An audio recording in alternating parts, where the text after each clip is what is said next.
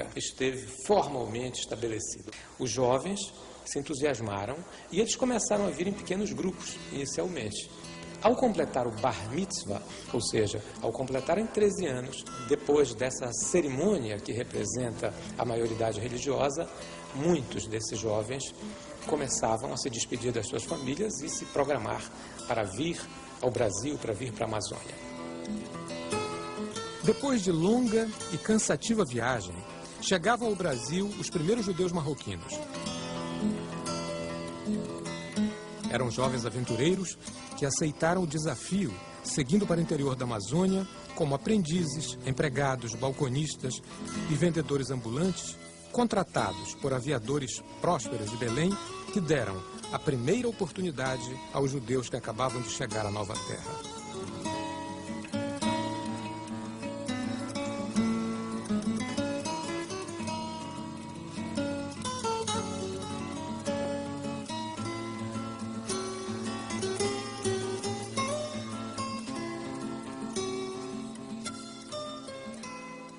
A comunidade de Belém, a comunidade judaica, foi fundada no século XIX, em 1830, mais ou menos, onde judeus do norte da África, do Marrocos especificamente, aqui aportaram e assim receberam permissão do governo da província, da época do Pará, para estabelecer comércio.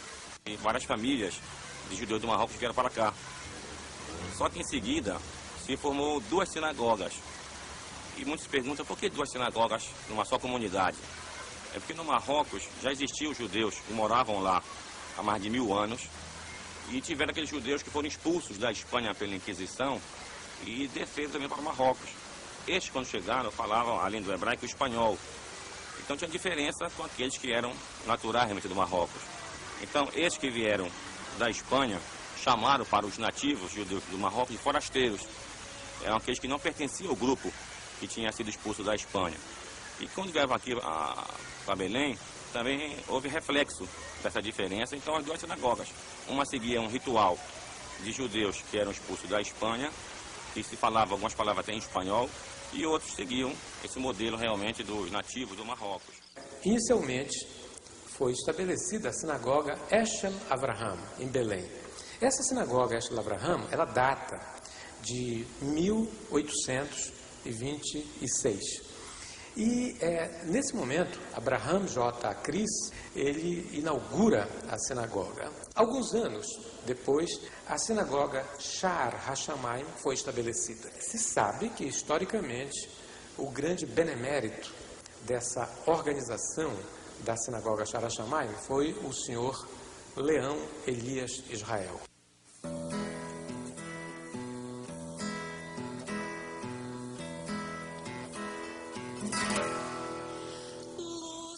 Mesmo antes das primeiras sinagogas, as práticas religiosas não foram abandonadas. Ainda receosos com o antissemitismo, já que o Brasil não permitia a liberdade religiosa nessa oportunidade, os judeus reuniam-se em casas particulares, que por imposição imperial não poderiam funcionar como templos, mas de modo íntimo e doméstico.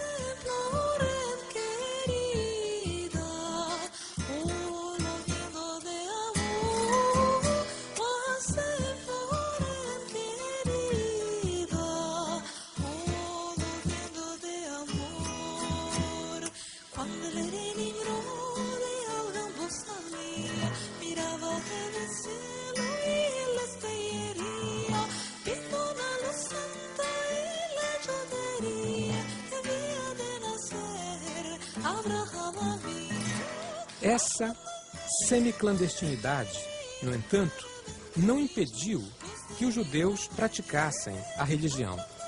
Situação que permaneceu até 1890, quando se instituiu no Brasil a plena liberdade de culto.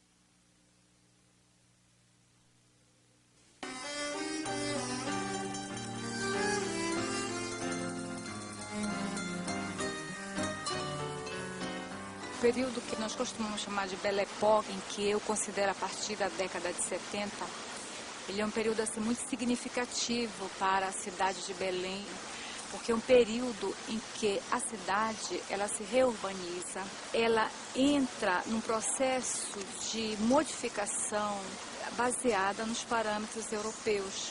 A Belle Époque ela só é possível devido ao auge da economia da borracha. Essa economia ela gerou excedente para a cidade e que a transformou numa cidade assim, muito atraente.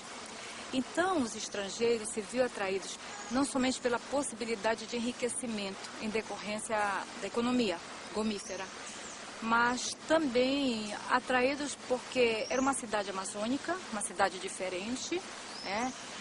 E os judeus, eles, evidentemente, que eles fazem parte de uma população estrangeira significativa aqui na cidade, Também vieram nesse período de economia próspera, ele se constituiu assim, não diria numa classe, mas num grupo muito marcante na cidade, que também fazia contraste com essa população cabocla, com essa população amazônica.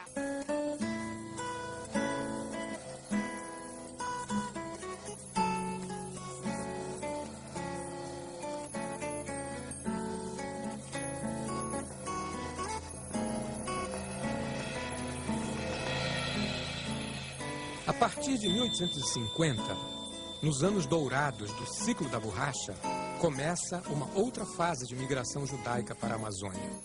Os judeus do Marrocos começam a receber cartas e chamados de seus parentes, contando as vantagens da terra e a fortuna que estava ao alcance de muitos.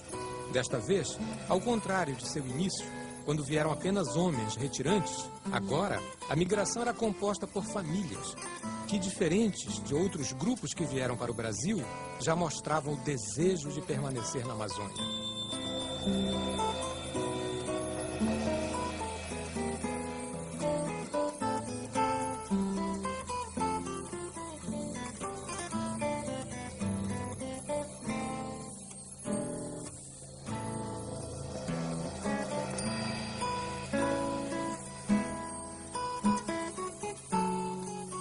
Uma época de prosperidade que gerou riqueza e uma nova esperança para o futuro.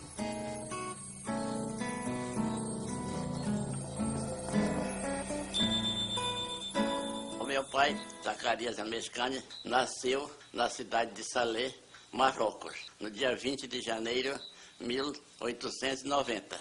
Aí, com 18 anos, o meu pai, acompanhado de outros judeus também que se dirigiam para cá, para o Brasil, também veio para cá em 1908. Tá? Bom, aqui, chegando, tinha uma casa que era uma sinagoga e também era uma república, lá na rua Gaspaviana, entre a Presidente Vargas e a Macedo Costa, aquela praça. Bom, ali naquela casa, funcionada na sinagoga, muitos judeus também chegavam lá. E por isso, um senhor chamado Salvador, de Moaná, na cidade de Moaná, também se hospedou lá e conheceu meu pai. E acabou levando meu pai para Moaná para trabalhar numa loja de panificação de doces e pães.